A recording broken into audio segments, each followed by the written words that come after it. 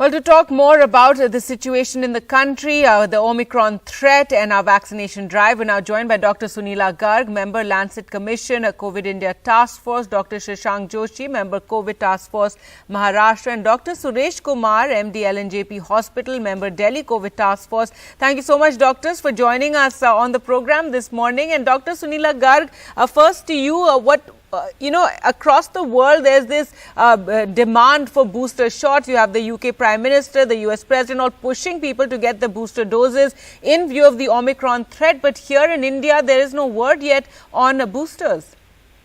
Garg, you're absolutely right. Basically, what we have to understand that every country's scenario is very different. What we have to understand in context of our own scenario, where we have got about 55% coverage of the second doses. So we need to, basically look at that part first. And the government is already looking at, from the perspective of vaccination for the children, because we do have a long mile to go with regard to that also. But as far as, basically we look in the overall vaccine perspective. So first of all, our important priority is to vaccinate everyone, every adult with the 2 doses of vaccine, and we do have enough, data with regard to our natural infections as well.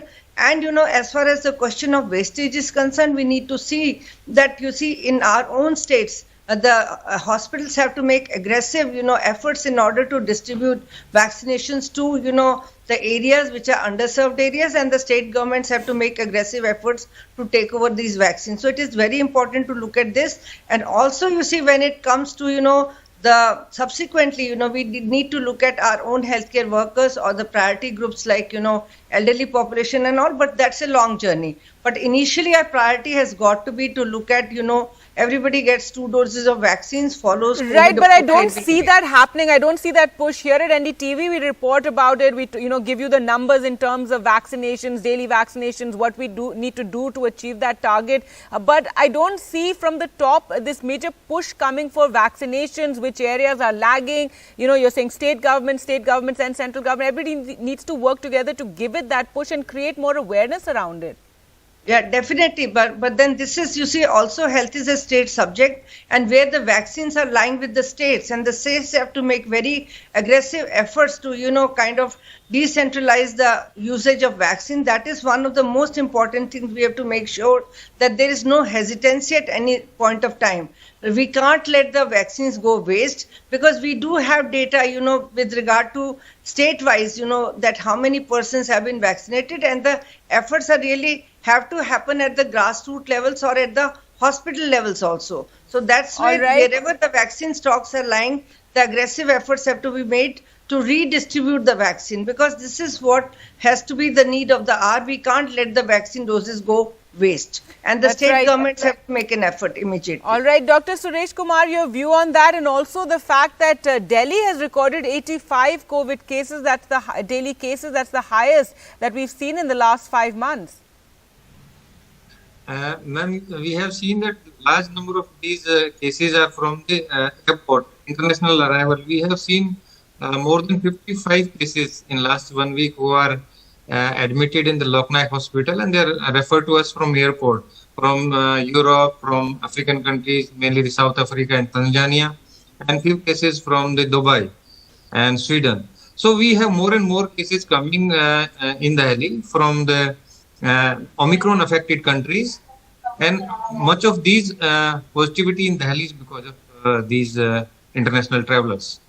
And as the madam already discussed about the need of vaccination, we know that vaccination is going to save us, and we have seen most of these cases of Omicron who are admitted in the Loknaik hospital are by and large symptoms free or asymptomatic or have only mild symptoms.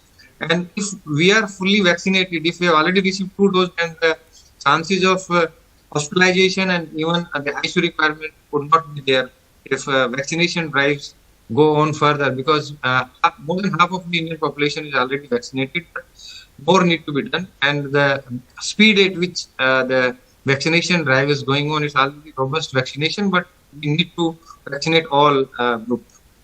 Right, and a majority of the adult population. Dr. Shashank Joshi, but the worry also is what we know about reinfections with this Omicron variant, and Pfizer has already said that, you know, the efficacy of their vaccine is lower in the face of this particular variant, and according to, you know, many experts, that for AstraZeneca or Covishield, which is the main vaccine here in India, that it is even lower, and it will not protect you from getting infected.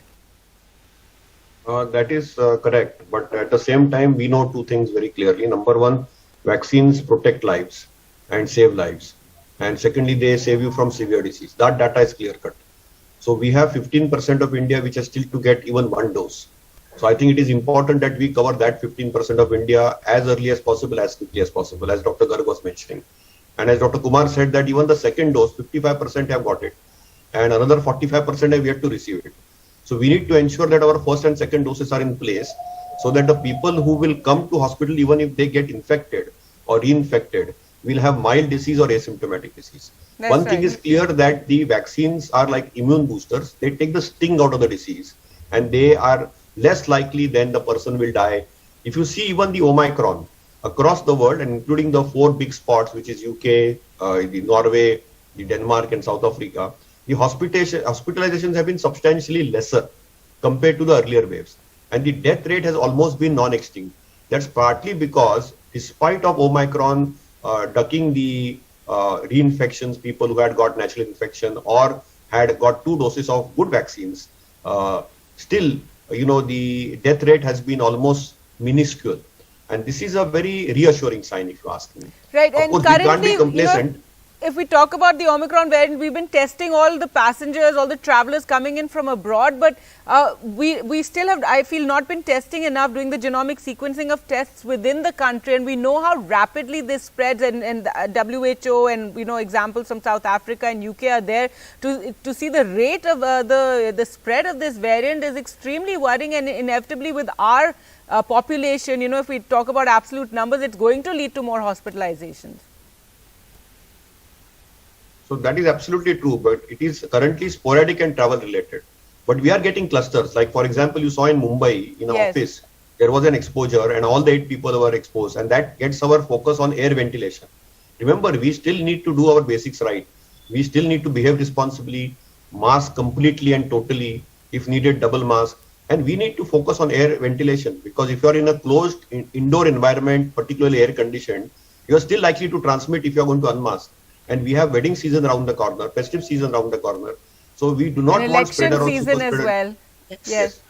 So we don't want spreader or super spreader events.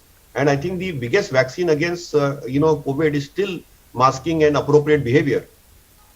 Right, Dr. Garg, anything you want to add here? Yeah, I think that is one thing which is very, what is important is the 360-degree approach. What Dr. Suresh also mentioned and Dr. Joshi also mentioned, the key approach to the whole thing is the COVID appropriate behavior. The science is in place, the genomic sequencing is going on, the containment strategy is already there. Yesterday also in Delhi we tested about 75,000 individuals. So you see, we need to kind of, look at this whole approach in a very comprehensive manner, because when we are dealing with the communities, we are dealing with very diverse communities, we have to realize. And this is where, I say that, we have to come together as one country, and different states have to together, share their experiences, and we fight the battle against the whole thing. But there is no need to panic. That is one thing I would like to say from this platform, that no need to panic. We need to behave responsibly. We need to take two doses of vaccine, and first and foremost, wear masks. That is one thing which is very important, and there is no need to panic. Right. No, the worry is people aren't panicking. They seem to be totally blasé and, immune to the whole, threat from this new variant. But we'll leave it there. Thank you so much, doctors, for sparing your time and joining us on the show this morning. Thank you. Thank you.